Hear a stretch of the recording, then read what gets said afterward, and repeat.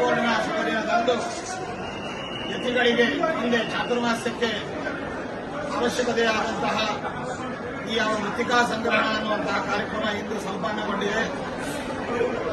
ಪವಿತ್ರ ತುಂಗಭದ್ರಾ ತೀರದ ನಮ್ಮ ಶ್ರೀಮಠದ ತುಳಸಿವನದಲ್ಲಿ ನಮ್ಮ ಪರಂಪರೆಯ ಪೂರ್ವ ಯತಿವರೇಣ್ಯರು ರಾಘವೇಂದ್ರ ಸ್ವಾಮಿಗಳವರೇ ಮೊದಲಾದಂತಹ ಎಲ್ಲ ಮಹಾನುಭಾವರು ತುಂಗಭದ್ರಾ ನದಿ ತೀರದ ಅವಗಾಹನ ಸ್ಥಾನ ಜಪದಪಾದಿಗಳನ್ನು ಅನುಷ್ಠಾನ ಮಾಡಿದಂತಹ ಪರಮ ಪವಿತ್ರವಾದ ಸ್ಥಳದಿಂದ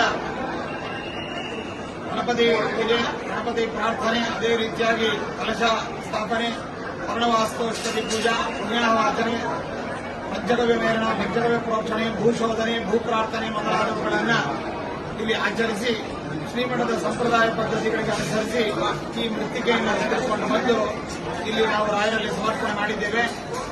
ಈ ಮೃತ್ತಿಕೆಯನ್ನ ರಾಘವೇಂದ್ರ ಸ್ವಾಮಿಗಳವರೇ ಮೊದಲಾದಂತಹ ನಮ್ಮ ಪರಂಪರೆಯಲ್ಲಿ ಯತಿವರೇಣ್ಯರ ಬೃಂದಾವನದ ಮೇಲೆ ಇರಿಸಿ ಪ್ರಾರ್ಥನೆಯನ್ನು ಮಾಡಿ ಆ ಮೃತ್ತಿಕೆಯಲ್ಲಿ ಅವರ ವಿಶೇಷ ಸನ್ನಿಧಾನ ಚಿಂತನೆಯನ್ನು ಮಾಡಿ ಚಾತುರ್ಮಾಸ್ಯ ಅವಧಿಯ ನಂತರದಲ್ಲಿ ಈ ಮೃತ್ತಿಕಾವನ್ನ ಅಲ್ಲಲ್ಲಿ ಮೂಲ ಮೃತ್ತಿಕಾ ಬೃಂದಾವನದ ಪ್ರತಿಷ್ಠಾಪನೆಗೆ ಬೇಕಾದ ಮೃತ್ತಿಕೆಯನ್ನಾಗಿಯೂ, ಅದೇ ರೀತಿಯಾಗಿ ರೋಗೋಪದ್ರವಗಳಿಂದ ಪೀಡಿತ, ಭೂತಪ್ರೇತ ಪಿಶಾಚಾದಿ ಬಾಧೆಗಳಿಂದ ಪೀಡಿತರಾದಂತಹ ಸಾಧಕ ಭಕ್ತರಿಗೆ ಅವರ ಪ್ರಾರ್ಥನೆ ಮೇರೆಗೆ, ಗುರುಗಳ ಒಂದು ಆದೇಶದ ಮೇರೆಗೆ ಆಯಾ ಕಾಲದ ಪೀಠಾಧಿಪತಿಗಳು ಪ್ರಸಾದವನ್ನು ನೀಡಿ ಅನುಗ್ರಹಿಸುವಂತಹದ್ದು.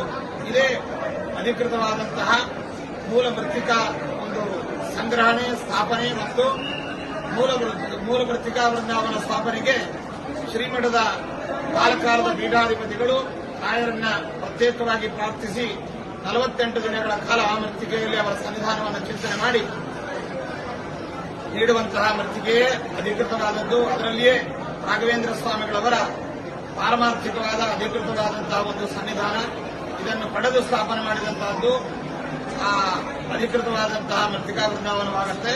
ಇದು ಹೊರತಾದದ್ದು ಯಾವುದೂ ಕೂಡ ರಾಯರಿಗೆ, ಪರಂಪರೆಗೆ, ಪದ್ಧತಿಗೆ ಮತ್ತು ಲೌಕಿಕವಾಗಿಯೂ ಕೂಡ ಯಾವುದು ಸಮ್ಮತವಾದದ್ದಲ್ಲ ಎಂಬುದನ್ನು ಹೇಳ್ತಾ ಗುರುರಾಜರಾಯ ಮೊದಲಾದಂತಹ ಎಲ್ಲ ಗುರುಗಳಲ್ಲಿ ಪ್ರಾರ್ಥಿಸಿ ನಾವು ಇದನ್ನು ಸಮರ್ಪಣೆ ಮಾಡ್ತಾ ಇದ್ದೇವೆ.